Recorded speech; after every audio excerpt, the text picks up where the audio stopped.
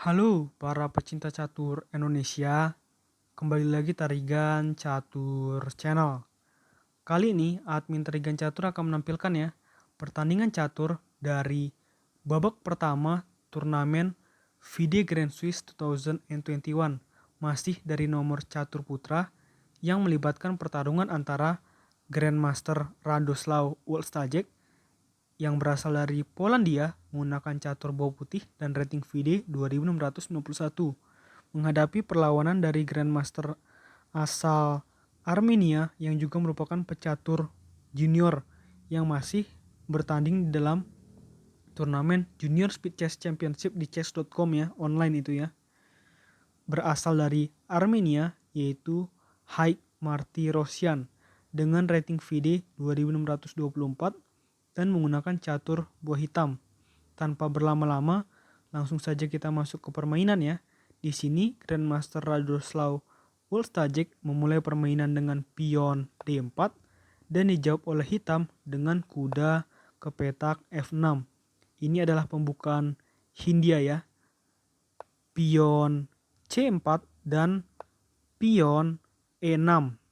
Lalu dilanjutkan dengan kuda F3, maka pembukaan pertahanan Hindia ini berubah menjadi variasi anti-Hindia Nimzo. Pion D5 mengajak pertukaran pion di petak pusat oleh hitam dan putih menjawab dengan kuda C3. Maka ini masuk ke dalam pembukaan gambit menteri ditolak dengan variasi 3 kuda. Andaikan di sini putih menjawabnya dengan pion pukul pion, maka ini masih dalam variasi anti-Hindia Nimzo dalam pembukaan pertahanan Hindia ya. Tadi kuda C3 dan gajah E7 persiapan rokade pendek, gajah F4 dan rokade pendek oleh hitam, pion E3 dan kuda ke D7, gajah E2 dan pion D pukul C4. Ketimbang langsung gajah pukul pion, di sini putih lebih memilih langkah rokade pendek dan kuda B6 melindungi pion, menteri C2 dan kuda F ke D5. Di sini mengajak pertukaran kuda oleh hitam dan di sini kuda juga mengancam gajah putih menginginkan pion tumpuk ya. Di sini putih tidak mungkin kuda pukul kuda, karena jika kuda pukul kuda maka tentu balasan adalah pion pukul kuda, dan di sini dua pion hitam menjadi terkoneksi satu sama lain, menjadi saling mendukung, dan ini bisa jadi sumber kemenangan dari hitam. Oleh karena itu jelas di sini putih lebih memilih langkah memundurkan gajah ke petak G3 dan gajah D7. Kuda E4 mengancam pion hitam dua kali ya, dengan ada menteri dan gajah putih. Namun di sini hitam masih memiliki langkah agar putih didelay atau putih ditunda untuk memakan pion hitam dengan langkah kuda B4 mengancam menteri. Menteri harus mundur ke B1. Gajah C6 ancam kuda. Di sini putih juga pion A3 mengancam kuda. Memanfaatkan tempo ancam menteri, hitam memilih langkah gajah pukul kuda di petak E4 sehingga harus menteri pukul gajah di petak E4, dan di sini putih mengincar pion hitam yang ada di petak B7. Untuk mencegah hal tersebut, kuda kembali ke petak D5 dan benteng F ke C1. Dan mulai dari langkah ke-15 ini sudah pasti pion hitam ini akan hilang, karena tidak ada satupun perwira atau buah dari hitam yang bisa menyelamatkan pion tersebut. Pion C5, pion D pukul C5, gajah pukul pion, gajah pukul pion, kuda pukul gajah, dan benteng pukul kuda di petak C4.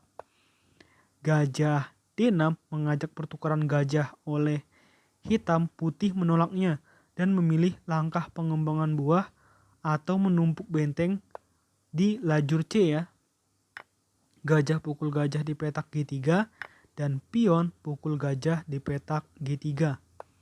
Pion H6 mencegah agar kuda putih tidak bisa merangsek ke petak G5 yang sangat bagus ya, dan menteri E5.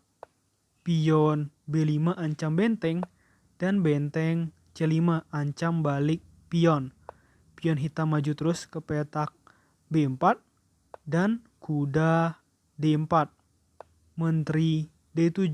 Jadi di sini tampaknya Haik Martirosyan takut juga ya dengan apabila kuda pukul pion.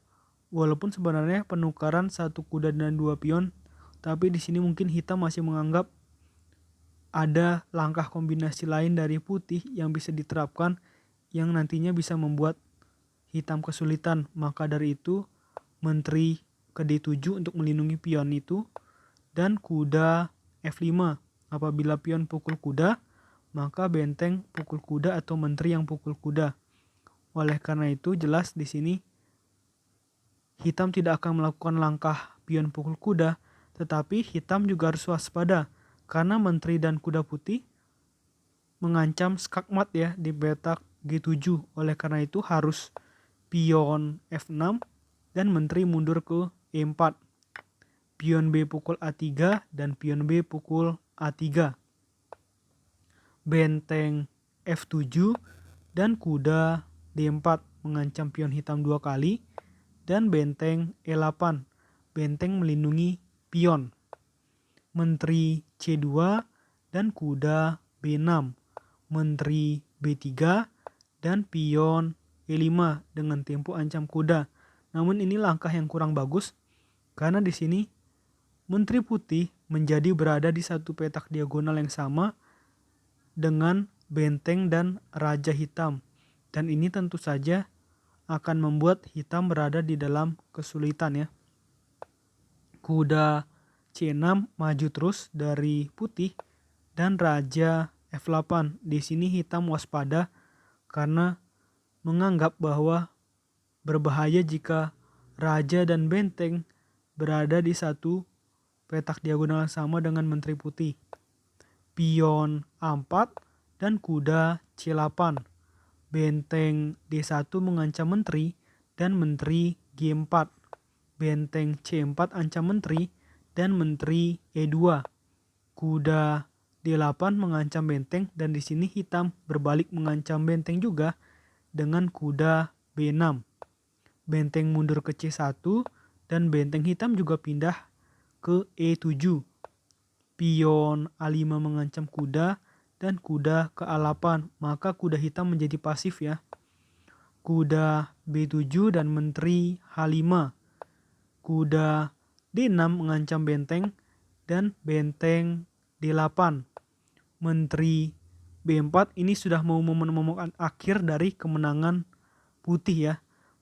Bisa disimak baik-baik oleh teman-teman sekalian.